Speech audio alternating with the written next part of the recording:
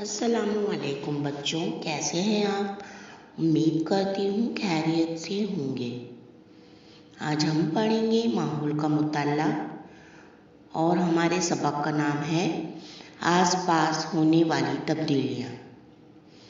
अब बेटा देखिए, यहाँ पर आपको दो तस्वीर नज़र आ रही हैं। इस तस्वीर में पहले दिन का मंज़र दिखाया गया है, फिर दूसरी तस्वीर में रात का मंज़र दिखाया गया है। दिन में हमें माहौल की चीज़ें साफ नज़र आती है, रात में ये साफ नज़र क्यों नहीं आती? क्योंकि बेटा दिन में सूरज की रोशनी की चमक इतनी होती है जिससे हमें हर चीज़ साफ नज़र आती है, और रात में चारों तरफ अंधेरा होता है जिसकी वजह से हमें कुछ चीज़ें नज़र नहीं आती।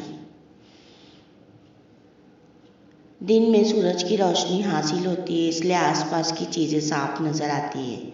सूरज डूबते ही अंधेरा छा जाता है, रोशनी कम हो जाती है।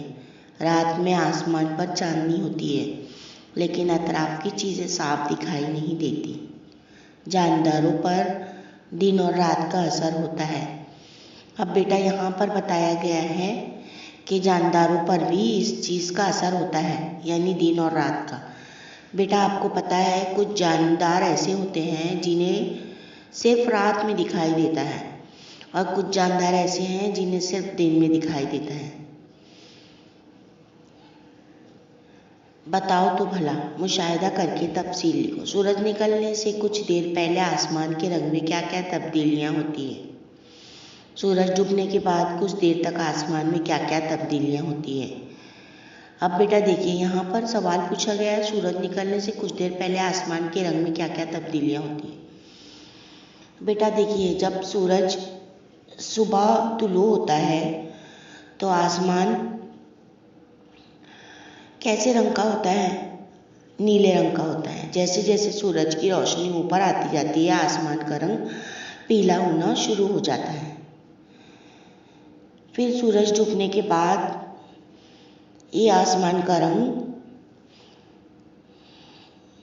आहिस्ता आहिस्ता पीले से हटकर नीला होने लग जाता है, क्योंकि सूरज डूबने लगता है और आसमान के रंग में तब्दीली आती है।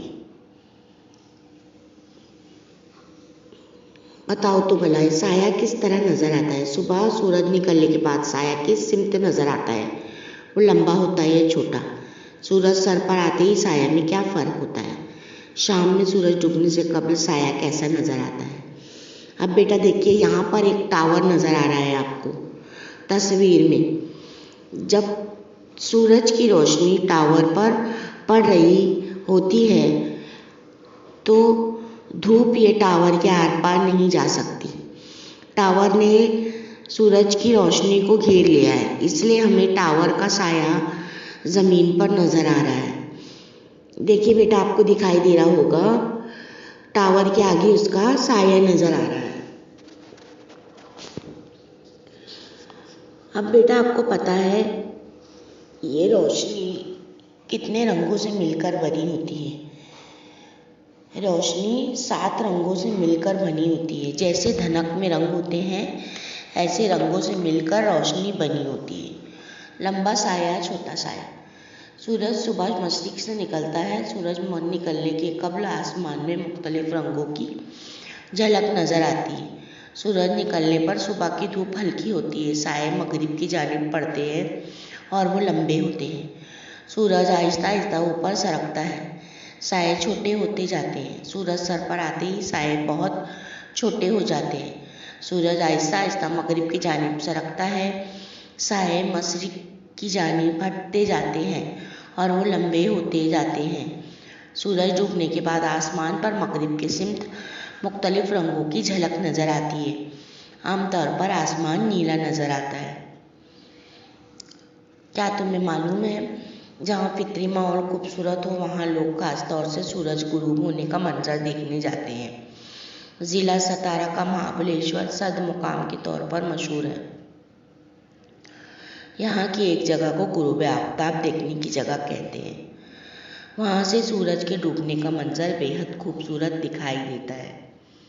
महाबलेश्वर जाने वाले सैयाह खास तौर पर इस मुकाम पर जाते हैं और गुरूब आफताब के दीदाए ज़ेब मंजर का लुत्फ उठाते हैं।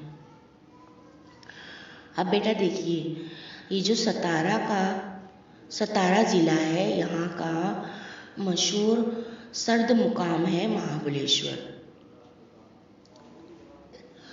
यहाँ पर अक्सर सैयाह सूरज गुरूब होने का मंजर देखने आते हैं। ये बेहद निहायत हसीन होता है, जिन्हें देखकर सैयाह लुत्फ़अंदोज़ होते हैं।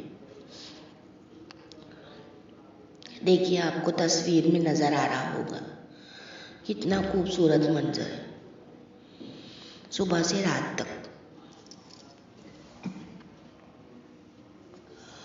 रात खत्म होने का एहसास परिंदों को होता है। बहुत सुबह से ही इनकी चहचहाहट शुरू हो जाती है।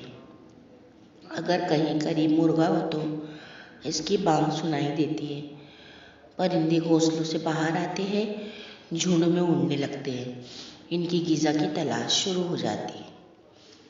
अब बेटा, आपने अपने घर के करीब में देखा होगा, अक्सर मुर्गा होता है। सबसे पहले सुबह मुर्गा बांग लगाता है, जिससे हमें पता चलता है कि सुबह हो गई है।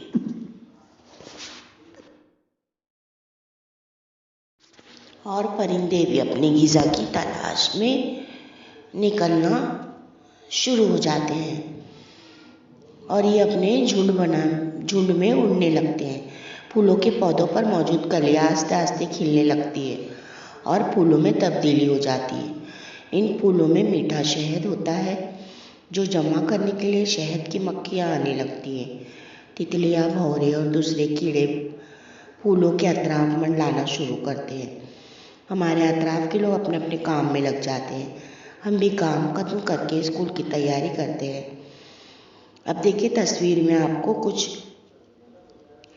ठेला लिए एक व्यापारी नज़र आ रहा है, जिसके ठेले पर बहुत सारी सब्जियां हैं, जो सुबह होते ही अपने काम पर निकल जाते हैं। और तितलियां हैं जो रंग बिरंगी फूलों पर मंडरा रही है, यानी कि वो भी अपनी ग़िज़ा की तलाश में निकल पड़ती हैं। और कुछ बच्चे नज़र आ रहे हैं जो स्कूल जा रहे हैं। चरवाहे गाय भैंस को चराने ले जाते हैं। पेट भरने पर ये जानवर सुकून की जगह बैठ जाते हैं, जुगाली करने लगते हैं। शाम होने पर जानवर कुटी पर वापस आते हैं। परिंदों के झुंड घोंसलों की जानिब आते हैं। तुम स्कूल से वापस आते हो, लेकिन कुछ शबगर्द जानदार सूरज गुरूब होने के बाद ग़िज़ा की तलाश में बाहर निकलते हैं। पतंगे, झींगर, टिड्डे और जुगनू इन जानदारों में शामिल हैं। शेर, चमगादड़, उल्लू भी शबगर्द जानवर हैं।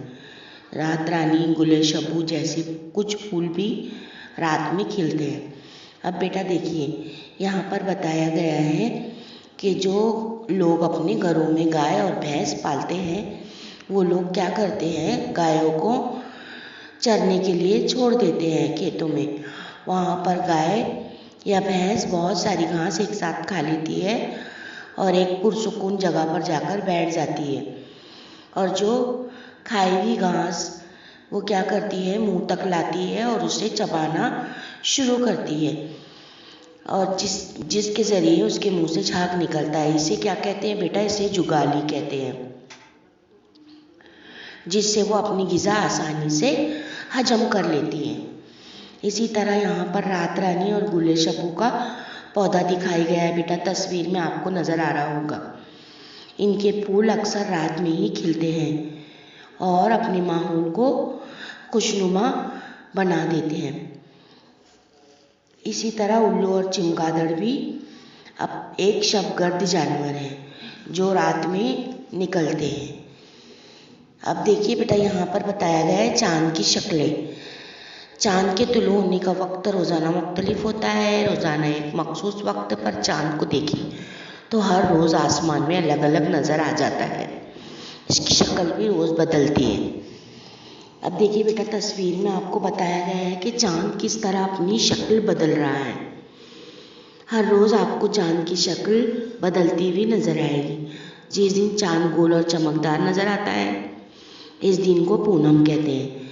इसके बाद 15 दिन तक चाँद का रोशन हिस्सा कम कम होता जाता है। 15वें दिन चाँद नजर नहीं आता, इस दिन को अमावस कहते हैं। अमावस के बाद 15 दिन तक चाँद का रोशन हिस्सा बढ़ता जाता है और अगले पूनम को वो फिर गोल और रोशन हो जाता है। हर रोज़ चाँद की मुख्तलिफ शक्लें दिखाई देती है। इन शक्लों को चाँद की शक्लें कहते हैं। अब देखिए बेटा, यहाँ बताया गया है चाँद की मुख्तलिफ शक्लें। हमने क्या सीखा? सूरज निकलते ही उजाला होता है यानी दिन निकलता है। सूरज डूबते ही अंधेरा होता है यानी रात होती है। सूरज मशरिक से निकलता है और मगरिब में डूबता है। सुबह साए मगरिब की जानिब होते हैं और लंबे होते हैं। सूरज सर पर आते ही साए बहुत छोटे हो जाते हैं।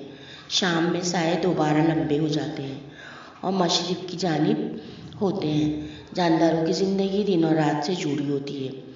चाँद की शक्ल और निकलने का वक्त रोज़ाना बदलता है। चाँद की जो नई नई शक्लें नज़र आती है, इन्हें चाँद की शक्लें कहते हैं। जिस दिन चाँद गोल नज़र आता है, इस दिन पूनम होती है। जिस दिन चाँद आसमान में नज़र नहीं आता, इस दिन अमावस होती है। इसे हमेशा जहन में रखें। तमाम जानदारों की ज़िंदगी दिन और रात के चक्कर से जुड़ी होती है, इसीलिए तयशुदा वक्त हर काम करना चाहिए। अच्छा बच्चों, मैं उम्मीद करती हूँ आपको ये सबक अच्छी तरह समझ में आ गया होगा। अब हम फिर मिलेंगे अपने एक नए वीडियो के साथ। Please subscribe the channel and press the bell icon.